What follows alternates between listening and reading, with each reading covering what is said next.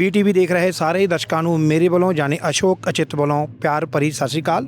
ਅੱਜ ਸਾਡੀ BTV ਦੀ ਪੂਰੀ team ਮੈਂ ਅਤੇ ਮੇਰੇ ਨਾਲ ਕੈਮਰਾਮੈਨ ਗੁਰਮੀਤ ਸਿੰਘ ਜੀ ਪਹੁੰਚੇ ਸੀਗੇ ਐਡਮਿੰਟਨ ਦੇ ਵਿੱਚ ਐਲਐਸਲੀ ਸਾਈਟ ਤੇ, ਜਿੱਥੇ ਕਿ ਗੁਰਤੇਜ ਸਿੰਘ ਬਰਾੜ ਦੁਆਰਾ ਆਪਣਾ ਜਿਹੜਾ ਕੈਂਪੇਨ ਆਫਿਸ ਸਟਾਰਟ ਕੀਤਾ ਗਿਆ ਤੇ ਉਹਨਾਂ ਦੇ ਨਾਲ ਨਹੀਦ ਨੈਂਸ਼ੀ ਜੀ ਨੇ ਵੀ ਆਪਣੀ ਚੋਣ ਦੀ ਜਿਹੜੀ ਮੁਹਿੰਮ ਸਟਾਰਟ ਕੀਤੀ ਹੈ, ਕਿਉਂਕਿ ਉਹ ਵੀ ਐਡਮਿੰਟਨ ਸੱਚ ਕੋਨਾ ਤੋਂ ਕੈਂਡੀਡੇਟ ਨੇ।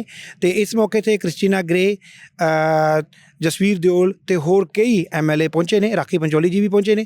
ਆਓ ਉਹਨਾਂ ਨਾਲ ਗੱਲਬਾਤ ਕਰਨ ਦੀ ਕੋਸ਼ਿਸ਼ ਕਰਦੇ ਹਾਂ ਤੇ ਜਾਣਦੇ ਹਾਂ ਕਿ ਉਹਨਾਂ ਦੇ ਕੀ ਪਲਾਨ ਨੇ ਤੇ ਉਹਨਾਂ ਦੀ ਪਾਰਟੀ ਇਸ ਇਲੈਕਸ਼ਨ ਦੇ ਵਿੱਚ ਕਿਵੇਂ ਉਹਨਾਂ ਨੇ ਤਿਆਰੀ ਕੀਤੀ ਹੈ। ਜਦ ਤੱਕ ਦੇਖਦੇ ਰਹੋ BTV। I would like to know about the UCP government has rolled back the Edmonton South Hospital. Yes. What is your stand on that? Because Edmonton is lacking all the facilities and have exceptionally, population growth in the last 5-6 years.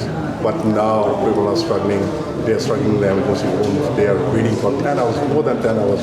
So what is your stand on that? Yeah. The by-election is the best time to tell your priorities and your plans.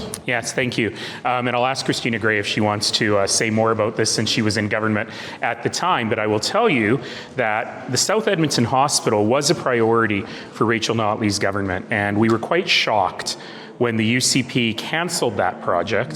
And in fact, when the Premier said, oh, the people of South Edmonton can just drive to Red Deer. Now, look, we're pretty far south in Edmonton. Just over 1 hour. But the Grey Nuns is much closer than Red Deer. And so I think it's really important for us to understand that Edmonton region has grown by nearly 100,000 people in 1 year. And the facilities we have are no longer adequate. Now, I'll also say that I'm not sure that the 2016 plans for the South Edmonton Hospital are still valid, given the population growth. But I think we have to really open our mind to what the options are to make sure that we're building out health facilities across the province, but particularly in fast-growing areas like here in South Edmonton. And we make sure that people have access. Because right now, the challenge isn't just the hospital. Over 1 million Albertans don't have access to a family doctor. Emergency rooms across the province, even the ones that are open, don't have staffing. So on long weekends, it's actually more common for emergency rooms in rural Alberta to be closed than to be open. And if you're in Edmonton, the emergency room's not going to close, but you might be waiting there 15 hours. I actually went, after Nagar Kirtan, these people don't know this, I'm such a nerd, I was like, let me discover Southeast Edmonton. And I just went for a little walkabout and a little drive-about, and I went to the Grey Nuns Hospital, which is exactly the same as my neighborhood hospital, the Peter Lougheed Hospital. It's the same design. And I looked at that emergency room, and I sat there for a little while and realized that we're not serving the community well. And then, of course, if you need what they call elective surgery, if you need a new hip or a new knee, you're now waiting years in agony and in pain. And meanwhile, the Royal Alex Hospital in downtown Edmonton, easy to get to for everybody, has not had a hip or knee surgery in over a year because the UCP government won't give them $240,000 to open the operating rooms again. Instead, they'll give $500 million to a private surgical facility that is not reducing wait times at all. So, yes, we need much better access to hospital care in South Edmonton, no question. But we also need a system that works better for everyone, not just when you need the hospital. Christina, did I get that right? Absolutely. And I would just say that the UCP ran in the election on a commitment to build the South Edmonton Hospital, and then they broke that commitment. Yes. And it was not the only election promise they broke. But I know that Nathan Ip, Raki Pancholi, Rhiannon Hoyle, Jesri Diol, and myself, and soon to be Gurtej Brar, we've all heard from our constituents about the real need, because as the leader said, the Grey Nuns Hospital was the most recently built hospital 1985. in Edmonton, and it was in the 80s. So it is more than time. And Edmontonians, I think, are going to make their voices heard in the Ellerslie by-election. I think this will be one of the big issues we'll hear about door knocking. Yeah, and I should highlight that, right, is that remember what's going on, what's at stake in the Ellerslie by-election. The government's not going to change as a result of the election. Though, mind you, if we win in Old Didsbury, weird things will happen, but the government's not going to change. But this is a real opportunity for citizens to say, we're not happy. And it's a real opportunity for citizens to say to Danielle Smith, stop taking us for granted. And the best way to do that is to vote for Gurtej Brar. Yeah, my question is that Alberta is oil-rich province, same like our country. So they diversified their business because oil is someday is done. Yeah. So that's not for forever. So is your party, or if you are in a power in a 227, you have any plan to diversify ourselves? Yeah, very much so. So Nathan there he is our Shadow Minister of Technology and Innovation. And his job, along with Rhiannon Hoyle, who is our Shadow Minister of Jobs, Economy, and Trade, I call them Team Economy. And their job is to figure out how we can use innovation to craft a system that creates jobs. And that's really fundamentally the thing. People yammer on about the economy and diversification. What we're really talking about is making sure that we've got good, decent, sustainable jobs now and well into the future. And I remember when the UCP was first elected, the then finance minister said, diversification is a luxury we cannot afford. Do you remember that? Oh, yes. And about a year later, I was driving into Edmonton on Gateway Boulevard and I saw a huge billboard that said, Alberta government diversifying the economy. I'm like, you can't have it both ways. You've got to do the work. So my record in the city of Calgary over 11 years was a record of economic development. You know, one of my favorite examples is just as COVID was starting, I was on a trade mission to India. First time I'd ever been to India, actually. First and most recent. The only tourist since the Mughal Empire to go to India and not see the Taj Mahal, because I was working. And I'm very pleased that as a result of that, 3 of the largest tech firms in India set up their Canadian headquarters in Calgary. So that is the kind of thing that we've got to be much more thoughtful about. And yes, energy will remain a major part of our economy for many, many, many years to come. But we have to use the expertise that we've gained in the energy sector to make sure that it's spinning off economic benefits and new kinds of businesses in all kinds of different sectors. And, you know, when we think about newcomers, when we think about South Asian folks who live in neighborhoods like Ellerslie, very few people work in the oil industry. There are entrepreneurs. There are people who are starting their own businesses. There are people who are bringing their education from different places here. And one of the top things we can do to diversify our economy well is to ensure that people's foreign credentials are recognized, that people can work in their own fields, and that we really value the entrepreneurship that we have in the South Asian community. Look, I'm a Gujarati merchant. I get it. Right? I get it about how starting businesses and growing businesses is a critical part of the work we do. And I think that when we have a premier who can only talk about oil and gas, who doesn't even talk about agriculture, let alone anything else, we don't respect the real growth potential we have in different kinds of businesses. And that's an important part of the work we're doing as well. As you advocate, you say we should have the high-paid jobs. In the past we are the one of the highest minimum wage in the province, but now in the last, I think after NDP government, they are still on a 15. We are among of the lowest minimum. It is the lowest. Yeah. So what is your party plan? Look, this is shameful. This is absolutely shameful. At a time when inflation is so high, when the cost of living is going up and all of us talk about it every day, the fact that we in Alberta, the richest province, have the lowest minimum wage means that we're not willing to share the benefits of this economy with regular people. And this matters, right? When you have people who are working in the gig economy making less than minimum wage, Uber drivers, delivery people, when you have folks who are trying to work in retail at Tim Hortons, trying to live a decent life, and they can't do so if they're not working 60, 70, 80 hours a week. These are real people. These are not abstract notions. We have to figure out how to make people able to participate in the economy and in the community. I'll give you another example. You didn't ask about this, but I'm really passionate about it. People with disabilities have been fighting the federal government for 20 years or more to have a Canadian disability benefit. The federal government finally gave them the benefit. So people with disabilities now get a measly $200 a month from the federal government. And the Alberta government, unique among all provinces, is clawing back the $200. If you are an AISH recipient, then your AISH income goes down by $200. It's $2,400 a year. The UCP thinks this is nothing, right? And in fact, they voted for themselves an increased housing allowance of $2,400 a year. So they actually have, just for their rent, $2,400 a month. So just for their rent, they make more than Aish people make in total, right? And they're taking another $200 away.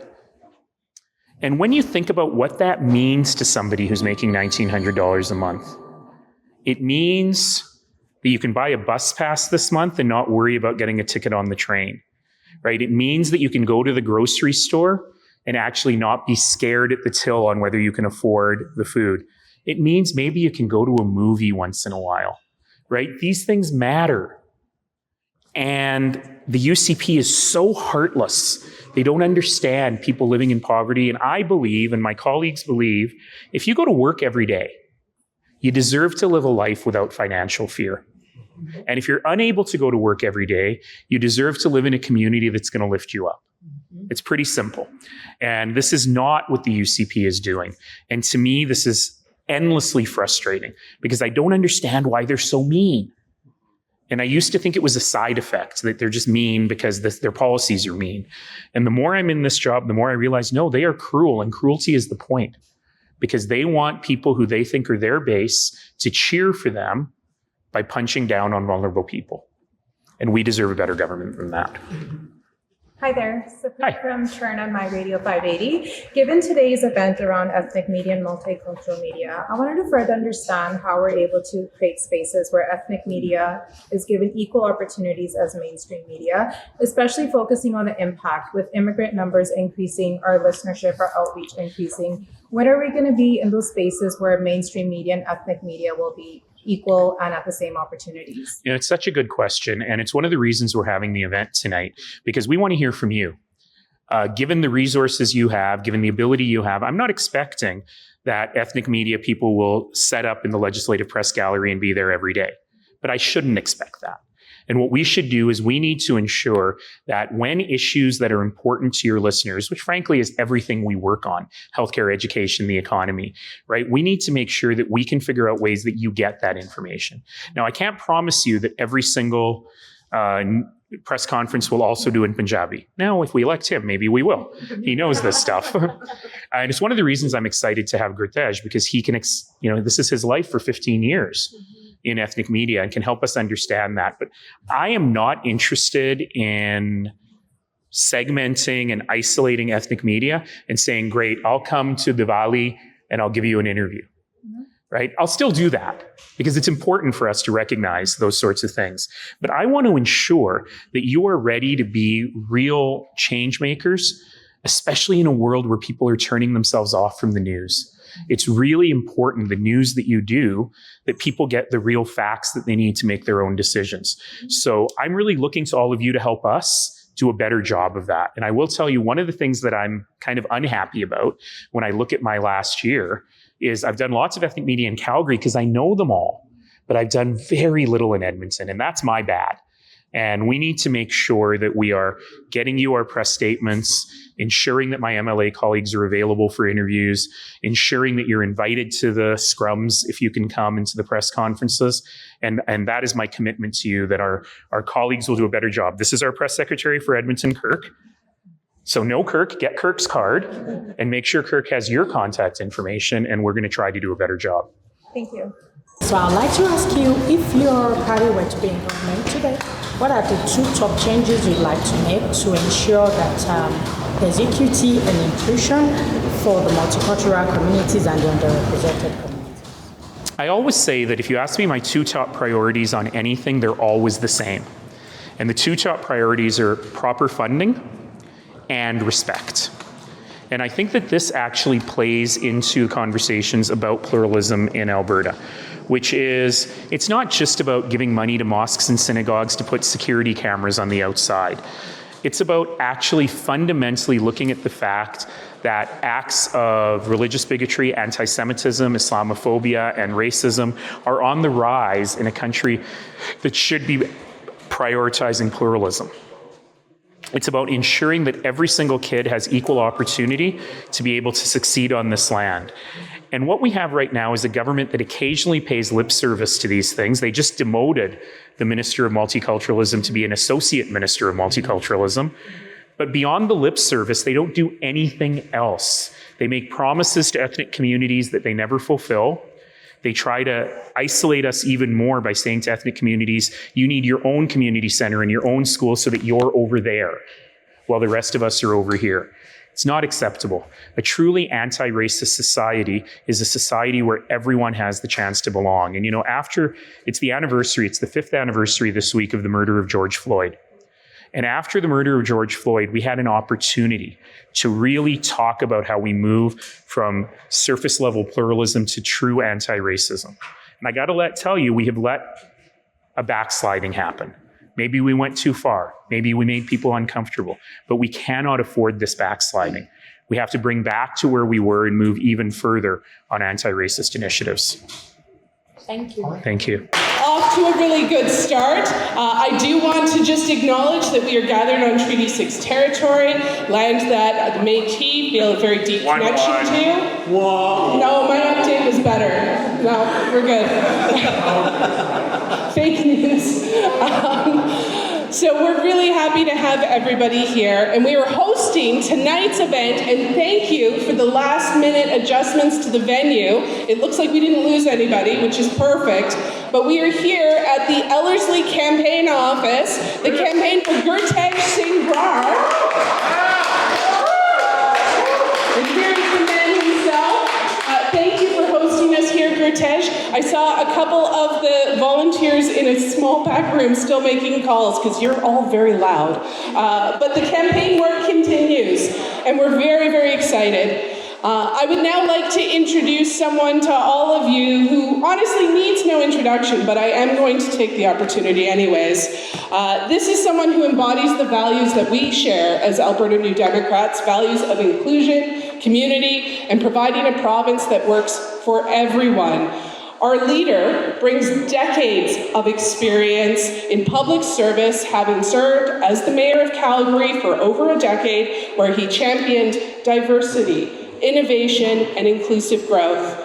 Under his leadership, Calgary became known as one of the most livable cities in the world, and he consistently fought to ensure that all voices were heard at City Hall. Now, as someone who has navigated multiple worlds himself, he brings a unique perspective to Alberta politics and a deep understanding of what it means to build bridges between communities.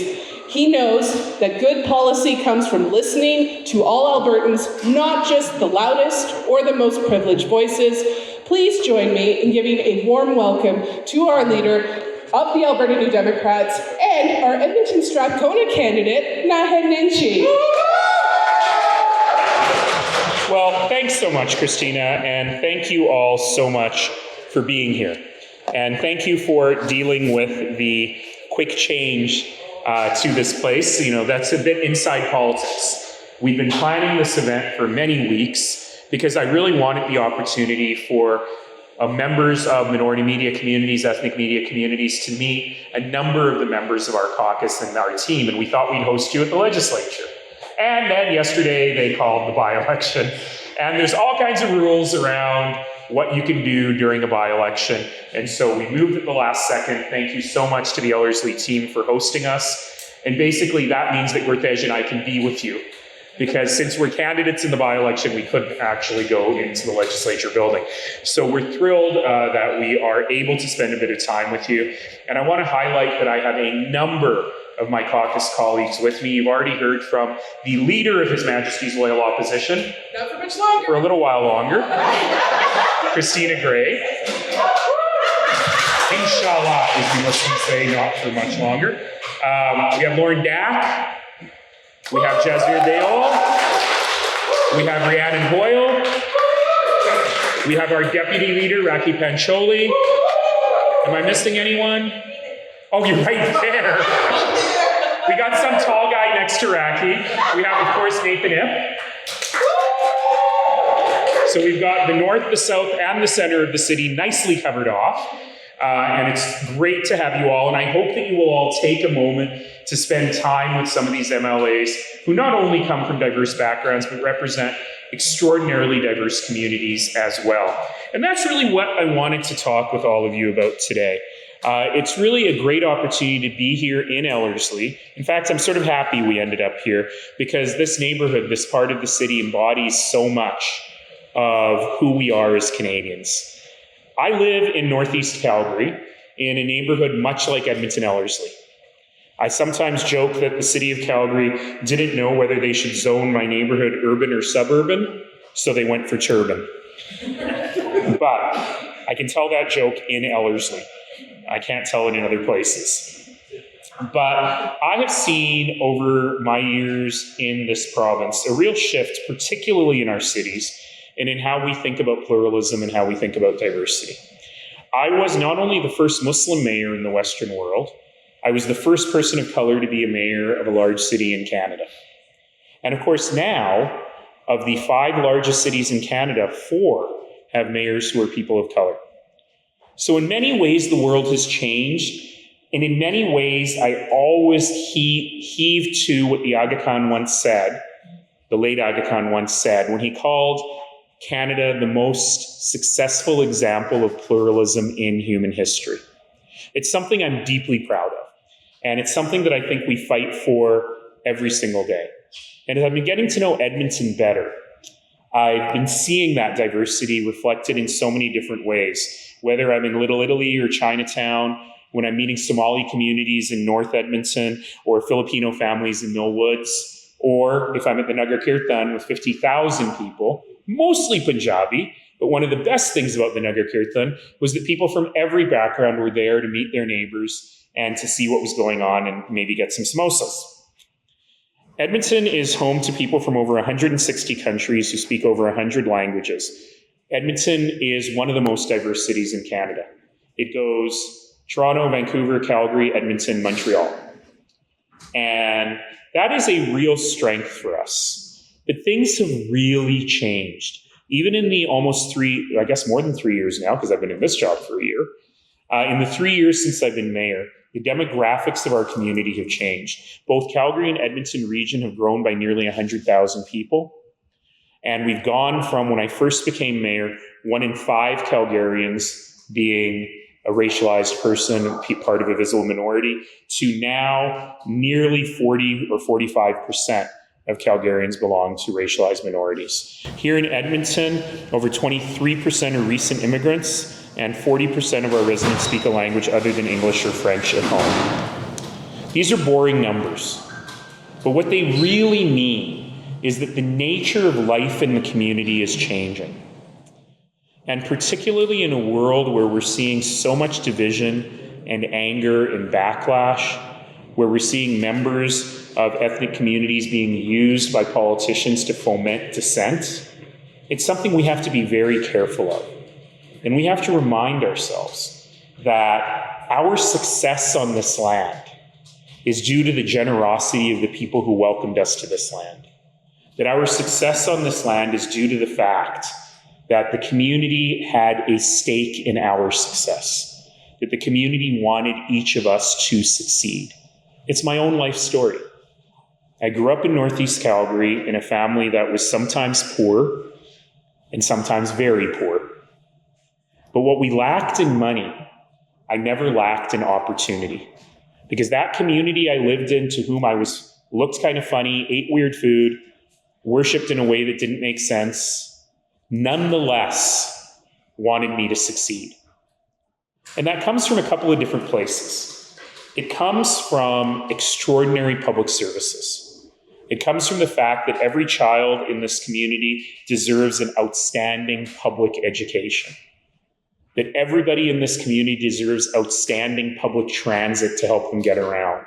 That everyone in this community deserves outstanding public recreation facilities to help them learn to swim. That everyone in this community deserves outstanding public libraries.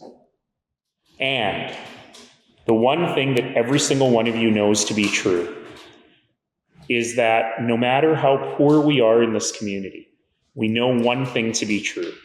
And that is, if God forbid somebody were to fall ill, we have access to an outstanding public health care system, and it will not put us into financial ruin. These are things worth fighting for. These are things worth fighting for everyone. But we also have to remember they are what make the richness of the cultural fabric in this place work so well. Which is one of the reasons I really wanted to spend time with all of you today. Because you have a critical role in this. In a world of misinformation and disinformation, in a world where people are shutting themselves off from communities that they don't understand or they don't know, where people are building their own echo chambers. The work you do is critical. You're the bridge to these communities. You're the people who bring them the news they need, the information they have to have. Most important, you operate from a place of great trust. You are the trusted voices who help newcomers understand how the systems work, who translate complex policy into practical impacts for people, and who ensure that everyone belongs and no one is left behind in our critical civic conversations. You tell our stories to us and to all Albertans about what really is happening in neighborhoods like this and how we work. You force accountability. You ensure that politicians like me and like my colleagues can't get away with lip service and simple statements, but you force us to ensure that we're building the quality of life for everybody, not just those who have the most connections or those who speak the loudest. And in a time where the mainstream media is under attack, you serve a role that the mainstream media doesn't serve as well as they used to, which is the role about understanding how the news really impacts people at the ground level. And research shows this, by the way. Jana here is a master's student who's helping us understand a lot of these things better. And I will tell you that research very clearly shows that communities that have good multicultural media have higher civic engagement, they have higher rates of integration and volunteerism, and they have better outcomes for newcomer communities. And that's the work that you do. And I'm deeply, deeply grateful that you do that work every day. And I want you to understand that for Alberta's New Democrats, pluralism is not something we talk about. It's not we show up and we eat the samosa and we say 3 words in Punjabi or Cantonese, or that we pay lip service to multiculturalism. We are New Democrats because we believe in the inherent dignity of every human being. We are New Democrats because we believe that every single person lucky enough to share this land, whether their families have been here for thousands of years or they arrived last week from a refugee camp, that every single person lucky enough to live on this land deserves to be safe, deserves to thrive, deserves to be prosperous. That's the fundamental core of who we are. And for me, that is what matters. And we know that when you thrive, when media thrives, our democracy thrives. And when you are well-informed and people are well-informed in their own languages and through trusted sources, we all benefit. The world has a crisis of trust right now. It's the strangest thing. People don't trust experts. They don't trust media. They don't trust business. They don't trust journalists. But they trust YouTube videos or WhatsApp clips that are forwarded. And it's our job to ensure that that kind of disinformation and misinformation does not become the norm. That we ensure that we're communicating to people in their own languages the truth, that we're communicating facts, that we're giving people the information they need in order to make the decisions they need. And so I want to tell you as New Democrats some things we're committed to. We're committed to ensuring that government information is accessible in multiple languages. We're committed to ensuring that when Christina or Raki or I stand in front of a bank of cameras, when we have news to give in the world, that we also ensure that ethnic media are included in our press releases, our statements, and invited to our media conferences. And I got to tell you, in the year I've been in this job, I'm not sure we've done as good a job as we should have on ensuring that that's happening. But that's my commitment to you. We want to make sure that we have pathways for emerging journalists from all backgrounds, which is a fancy way of saying, if you want to get to my heart, you can say I'm a journalist just starting out, and it would mean a lot to me to get an interview with you. These are ways that we really want to make sure that we're helping you be successful. Because the challenges we face at a province face everybody. It doesn't matter where you're from or how you worship, you're worried about healthcare.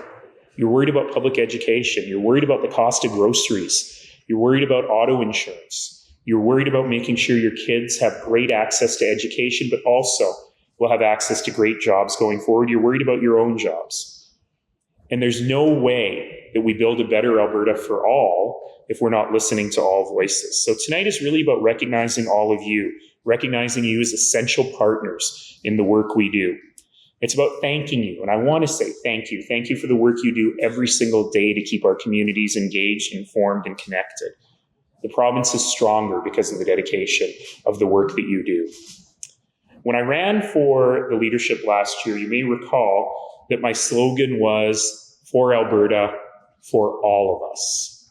And I believe that to this day, that we are stronger when we act for all of us. And the work you do is a critical part of that. So I want to say thank you to all of you for being here today. Thank you for the work that you do. Thank you very much. Most of my colleagues are here. And I work in ethnic media. So in Punjabi, sare mainu jaande. And thank you very much for being here. I work in radio and TV last 13, 14 years. So, and I'm proud oil field worker too. I work in quality control. Largely, when we talk about so many things here, as leader said, it's diverse community lives here. And what we are facing right now, as leader said, the healthcare system. We don't want private healthcare. As you all from media, and you guys know, there is a bill passed. Someone can buy our hospitals. We don't want that. We are advocating for strong and healthcare for everyone. And the school lottery system, you guys all know, there is a lottery system going in rural communities and health communities. So we want, the education is core for every person. Every kid deserves a quality education, not quantity education. So we are advocating for that.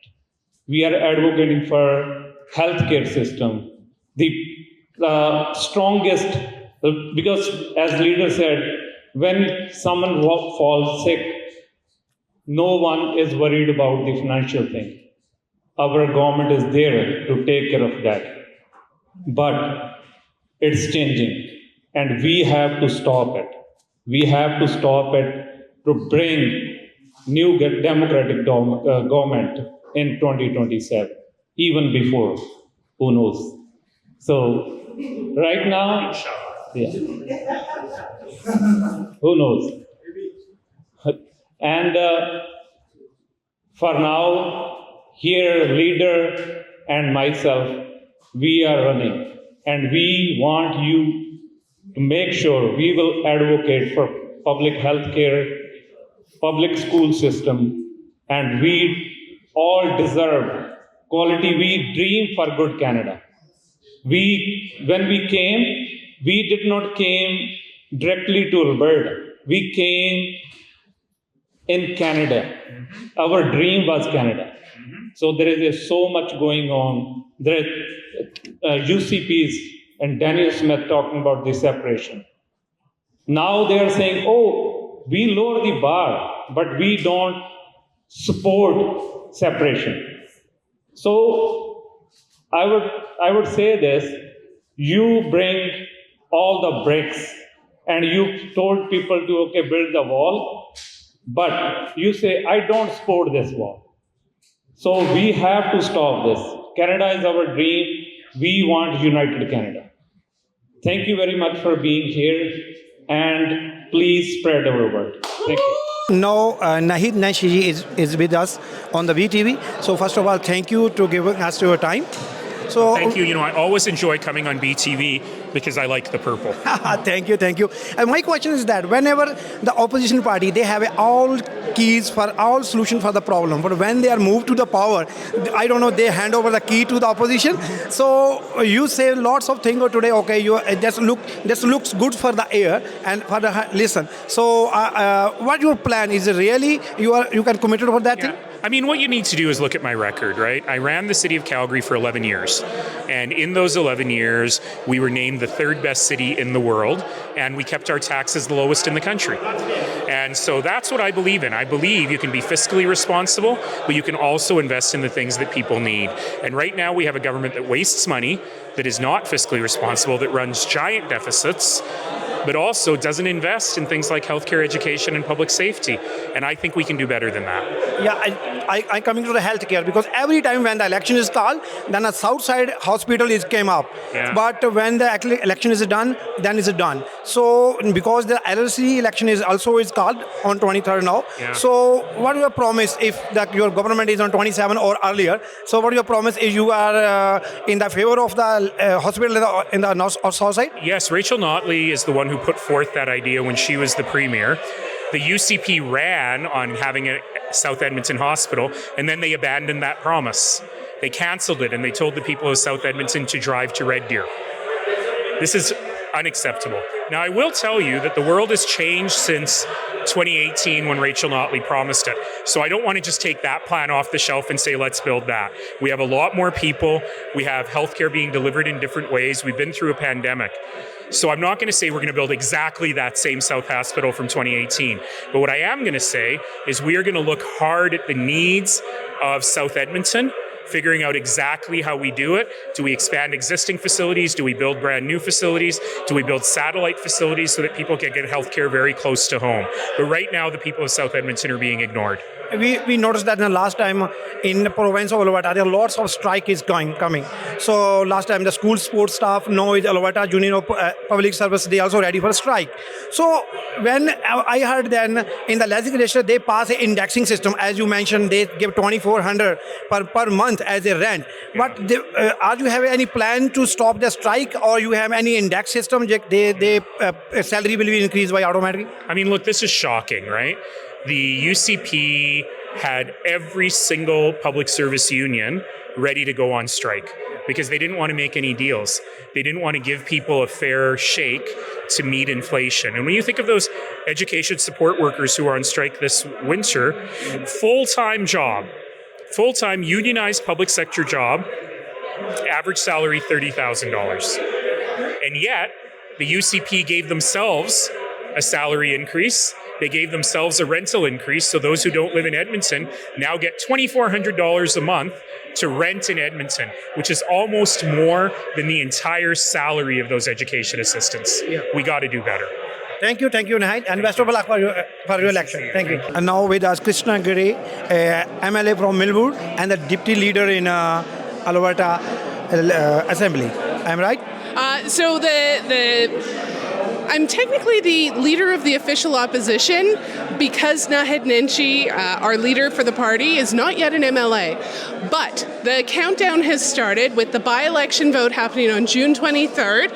Naheed will become the leader of the official opposition in the Legislative Assembly, and I will continue in a role of House Leader, where I'm responsible for the work that we do in the legislature. So, election is now called. It's just a week before mandatory date, I believe. So, because Naheed, he already ready for a long time, but UCP government didn't call for the election now. But now they call. Are you ready for election? Oh, we're really excited. Honestly, the UCP allowed 2 sessions, fall session and spring session, to happen without Naheed Nenshi in the legislature. I think it's because they were afraid to see what he would do with Danielle Smith.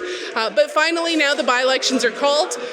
We're very excited to see him win in Strathcona. At the same time, my future colleague, Gurtej Brar, is running here in Edmonton Ellerslie, where we are right now. I'm very excited. Lots of great momentum. I was out delivering signs last night. It's going to be a great campaign. In last federal election, the NDP, the federal NDP, they don't perform well. So, how you define, how you look, you are different than the federal government, federal NDP when you go to the border now? So, yeah, we are very different. So I'm proud to be part of Alberta's New Democrats. I'm proud to be part of the former Rachel Notley government who got a pipeline built to Tidewater. We have been holding Danielle Smith to account, fighting against her fanning the flames of separatism, fighting against the corruption of her government, and arguing for better jobs, more schools, better hospitals, especially for South Edmonton, where they've cancelled the South Edmonton Hospital. These are the things we are talking about, and we are enjoying a really great reception on the doors in the by-election campaigns right now. So we're very excited about that. We definitely have the same name in some ways. We have some of the same values with the federal NDP, but the Alberta New Democrats, led by Naheed Nenshi, are a different entity. As the UCP, they want to a referendum for the separation. So what is your party point of view for their separation? Well, so we are absolutely committed to, we are strong Albertans and we are strong Canadians, especially right now with Donald Trump threatening us with language like the 51st state, with tariffs that are costing our economy, not just costing jobs, but are hurting businesses. The idea that Danielle Smith and the UCP, to play their own politics, are talking about separation, it's really shameful. We made that clear in the legislature over and over with repeated questions. She wants to talk about separation because there are members of her own base that want to separate. She doesn't want them to start a new party. She said that out loud. And so it's really shameful that it's that kind of politics being played. Thank you. ਹੁਣ ਸਾਡੇ ਨਾਲ ਜੁੜੇ ਨੇ ਜੀ ਗੁਰਤੇਜ ਸਿੰਘ ਜੀ ਬਰਾੜ, ਜਿਨ੍ਹਾਂ ਨੇ ਕਿ ਅੱਜ ਆਪਣਾ ਆਫੀਸ਼ੀਅਲੀ ਕੈਂਪੇਨ ਆਫਿਸ ਸਟਾਰਟ ਕੀਤਾ ਹੈ, ਜੋ ਕਿ NDP ਤੋਂ ਐਡਮਿੰਟਨ ਐਸਲੀ ਤੋਂ MLA ਨੇ ਜੀ। ਤੇ ਭਾਜੀ ਤੁਸੀਂ ਮੀਡੀਆ ਨਾਲ ਕਾਫੀ ਚਿਰ ਤੋਂ ਜੁੜੇ ਹੋਏ ਆ, ਤੇ ਤੁਹਾਡਾ ਇੱਧਰ ਕਿੱਧਰ ਵਿਚਾਰ ਬਣ ਗਿਆ ਜੀ? ਦੇਖੋ ਜੀ, ਜਦੋਂ ਤੁਸੀਂ ਟਾਕ ਸ਼ੋਅ ਕਰਦੇ ਆ ਤਾਂ ਲੋਕਾਂ ਦੇ ਰੀਅਲ ਕੰਸਰਨ ਤੁਹਾਨੂੰ ਪਤਾ ਲੱਗਦੇ ਆ, ਉਹ ਤੁਹਾਡੇ ਨਾਲ ਗੱਲਬਾਤ ਕਰਦੇ ਆ, ਆਪਣਾ ਜਿਹੜਾ ਅਸਲੀ ਉਹਨਾਂ ਦੇ ਮੁੱਦੇ ਹੁੰਦੇ ਆ ਉਹ ਸ਼ੇਅਰ ਕਰਦੇ ਆ। ਅਤੇ ਕਦੇ ਕਦੇ ਫਿਰ ਐਂ ਲੱਗਦਾ ਕਿ ਅਸੀਂ ਇੱਥੇ ਬੈਠ ਕੇ ਇਹਨਾਂ ਲੋਕਾਂ ਦੀ ਆਵਾਜ਼ ਤਾਂ ਪਹੁੰਚਾ ਰਹੇ ਹਾਂ, ਪਰ ਆਵਾਜ਼ ਕਿਤੇ ਹੋਰ, ਜਿਹੜੀਆਂ ਪਾਲਿਸੀਜ਼ ਕਿਤੇ ਹੋਰ ਬਣ ਰਹੀਆਂ ਨੇ। ਅਤੇ ਹੁਣ ਜਦੋਂ ਮੌਕਾ ਮਿਲ ਬਣਿਆ ਤਾਂ ਇਹ ਲੱਗਿਆ ਕਿ ਇਹ ਲੋਕਾਂ ਦੀ ਸਾਨੂੰ ਆਵਾਜ਼ ਬਣਨਾ ਚਾਹੀਦਾ, ਤੇ ਅਸੀਂ ਆ ਗਏ ਜੀ ਮੈਦਾਨ 'ਚ। ਦੇਖੋ ਜੀ, ਜਿਹੜਾ ਜਿਸ ਏਰੀਏ 'ਚ ਤੁਸੀਂ ਲੜ ਰਹੇ ਨਾ, ਇਹ ਏਰੀਏ ਦੇ ਵਿੱਚ ਸਭ ਤੋਂ ਵੱਡੀ ਮੰਗ ਆ ਹਸਪੀਟਲ ਦੀ, ਜਿਹਦਾ ਤੁਹਾਨੂੰ ਪਤਾ ਹੀ ਆ। ਇਹ ਆ ਵੀ ਤੁਸੀਂ ਚਲੋ ਹੁਣ ਚੁਣ ਕੇ ਜਾਂਦੇ ਆ ਆਪਣੀ ਗਵਰਨਮੈਂਟ ਪਰ ਨਹੀਂ ਆ, ਪਰ ਉੱਤੇ ਪ੍ਰੈਸ਼ਰ ਤਾਂ ਪਾਉਂਗੇ ਕਿ ਨਹੀਂ? ਬਿਲਕੁਲ ਪ੍ਰੈਸ਼ਰ ਪਾਵਾਂਗੇ ਜੀ। ਜਦੋਂ ਇਹ ਜਿਹੜਾ UCP ਨੇ ਪਹਿਲਾਂ ਪ੍ਰੋਮਿਸ ਕੀਤਾ ਸੀ, ਉਹਨਾਂ ਨੇ ਪ੍ਰੋਮਿਸ ਤੋੜਿਆ ਹੈ, ਉਹਨਾਂ ਵਾਅਦਾ ਖਿਲਾਫੀ ਕੀਤੀ ਹੈ ਲੋਕਾਂ ਦੇ ਨਾਲ। ਅਸੀਂ ਪੂਰਾ ਜਿੰਨੀ ਵੱਧ ਤੋਂ ਵੱਧ ਕੋਸ਼ਿਸ਼ ਹੋਊਗੀ, ਮੈਂ ਅਤੇ ਸਾਰੇ ਸਾਡੇ ਕੋਲੀਗਸ ਮਿਲ ਕੇ ਅਸੀਂ ਆਵਾਜ਼ ਉਠਾਵਾਂਗੇ। ਇਹ ਕੋਈ ਇਹੋ ਜਿਹੀ ਮੰਗ ਨਹੀਂ ਹੈ ਜਿਹੜੀ ਐਂ ਲੱਗੇ ਕਿ ਨਹੀਂ ਇਹ ਤਾਂ ਵਾਧੂ ਮੰਗ ਆ। ਇਹ ਸਾਡਾ ਜਿਹੜਾ ਹੱਕ ਆ, ਇਹ ਰਾਈਟ ਆ, ਜਿਹੜਾ ਕੁਆਲਿਟੀ ਹੈਲਥ ਕੇਅਰ ਦਾ। ਸੋ ਅਸੀਂ ਰਾਈਟ ਦੇ ਲਈ ਅਸੀਂ ਵੱਧ ਤੋਂ ਵੱਧ ਕੋਸ਼ਿਸ਼ ਕਰਾਂਗੇ। We will fight for sure. So ਜਿੱਦਾਂ ਨਾ ਇਹ ਸਾਡਾ ਜਿਹੜਾ ਤੁਹਾਡਾ ਏਰੀਆ ਸਾਊਥ ਵੈਸਟ ਵਾਲਾ ਜਾਂ ਸਾਊਥ ਈਸਟ ਆ, ਜਿਹੜਾ ਉਹ ਸਾਰਾ ਏਰੀਆ ਕਾਫੀ ਏਰੀਆ ਤੁਹਾਡੇ ਵਿੱਚ ਆਉਂਦਾ, ਜਿਹਦੇ ਵਿੱਚ ਜ਼ਿਆਦਾਤਰ ਸਾਡੇ ਪੰਜਾਬੀ ਜਾਂ ਸਾਡੀ ਕਮਿਊਨਿਟੀ ਆ। ਸੋ ਆਪਾਂ ਹੁਣ ਆਪਾਂ ਇਹ ਵੀ ਨੋਟਿਸ ਕਰਦੇ ਹਾਂ ਐਡਮਿੰਟਨ ਵਿੱਚ ਕਦੀ ਹੇਟ ਕ੍ਰਾਈਮ ਵੀ ਸਾਡਾ ਸਾਹਮਣਾ ਕਰਨਾ ਪੈਂਦਾ ਥੋੜ੍ਹਾ ਜਿਹਾ। ਉਹਦੇ ਬਾਰੇ ਆਪਾਂ ਕੋਈ ਕਾਨੂੰਨ ਕੋਈ ਸਖਤ ਬਣਾਉਣ ਬਾਰੇ ਕੀ ਮਤਲਬ ਆਪਣਾ ਵਿਚਾਰ ਕੋਈ? ਇਹ ਅਸੀਂ ਦੇਖ ਰਹੇ ਹਾਂ ਕਿ ਪਿਛਲੇ ਸਮੇਂ ਤੋਂ ਇਹ ਜਿਹੜੇ ਕੇਸਿਸ ਆ ਉਹ ਬਹੁਤ ਰਾਈਜ਼ ਹੋ ਰਹੇ ਆ, ਅਤੇ ਜਿਹੜੇ ਰਾਈਜ਼ ਹੋ ਰਹੇ ਆ ਉਹਨਾਂ ਰੀਅਲੀ ਕੰਸਰਨਿੰਗ ਆ। ਇਹਦੇ ਉੱਤੇ ਸਾਰੀਆਂ ਹੀ ਸਰਕਾਰਾਂ ਨੂੰ ਆ ਜਿਹੜਾ ਉਹ ਬਹੁਤ ਸੰਜੀਦਗੀ ਦੇ ਨਾਲ ਕੰਮ ਕਰਨਾ ਚਾਹੀਦਾ। ਇੱਥੇ ਸਾਰੇ ਲੋਕ, ਅਸੀਂ ਇੱਕ ਬੈਟਰ, ਬਹੁਤ ਬਿਊਟੀਫੁਲ ਕੈਨੇਡਾ ਦਾ ਸੁਪਨਾ ਲੈ ਕੇ ਆਏ ਸੀ, ਜਿੱਥੇ ਅਸੀਂ ਦੇਖਦੇ ਸੀਗੇ ਕਿ ਮਾਨਸ ਕੀ ਜਾਤ ਸਭੇ ਇੱਕ ਪਹਿਚਾਨ ਗੋ ਦਾ ਜਿਹੜਾ ਸੁਨੇਹਾ ਉਹ ਕਿਤੇ ਨਾ ਕਿਤੇ ਫੇਡ ਆਫ ਹੋ ਰਿਹਾ। ਉਹਦੇ ਲਈ ਤਾਂ ਐਜ਼ ਏ ਹਿਊਮਨ ਬੀਇੰਗ, ਜਿਹੜੇ ਪੋਲੀਟੀਕਲ ਪਾਰਟੀਆਂ ਦੇ ਲੋਕ ਹਿਊਮਨ ਬੀਇੰਗ ਹੁੰਦੇ ਆ ਸਾਰਿਆਂ ਤੋਂ ਪਹਿਲਾਂ, ਇਹ ਸਾਡਾ ਫਰਜ਼ ਬਣਦਾ, ਸਾਡੀ ਡਿਊਟੀ ਬਣਦੀ ਆ, ਸਾਰਿਆਂ ਦੀ ਡਿਊਟੀ ਬਣਦੀ ਆ ਕਿ ਅਸੀਂ ਇਸ ਦੇ ਉੱਤੇ ਆਵਾਜ਼ ਉਠਾਈਏ। ਠੀਕ ਹੈ ਗੁਰਤੇਜ ਜੀ, ਤੁਹਾਨੂੰ ਬਹੁਤ ਬਹੁਤ ਬੈਸਟ ਆਫ ਲੱਕ ਤੁਹਾਡੇ ਆਉਣ ਵਾਲੇ ਇਲੈਕਸ਼ਨ 'ਤੇ ਜੀ। ਅਤੇ ਇਹ ਸੀ ਸਾਡੇ ਨਾਲ ਗੁਰਤੇਜ ਜੀ, ਜਿਨ੍ਹਾਂ ਨੇ ਕਿ ਹੁਣੇ ਹੀ ਆਪਣਾ ਜਿਹੜਾ ਕੈਂਪੇਨ ਆਫਿਸ ਸਟਾਰਟ ਕੀਤਾ ਹੈ। ਅਤੇ ਅਗਲੀਆਂ ਹੋਰ ਅਪਡੇਟਾਂ ਜਿਹੜੀਆਂ ਤੁਹਾਡੇ ਨਾਲ ਆਪਾਂ ਲੈ ਕੇ ਸ਼ਾਮਲ ਹੁੰਦੇ ਰਹਾਂਗੇ। ਜਦ ਤੱਕ ਦੇਖਦੇ ਰਹੋ ਜੀ BTV, B positive, B yourself. Thank you ਜੀ।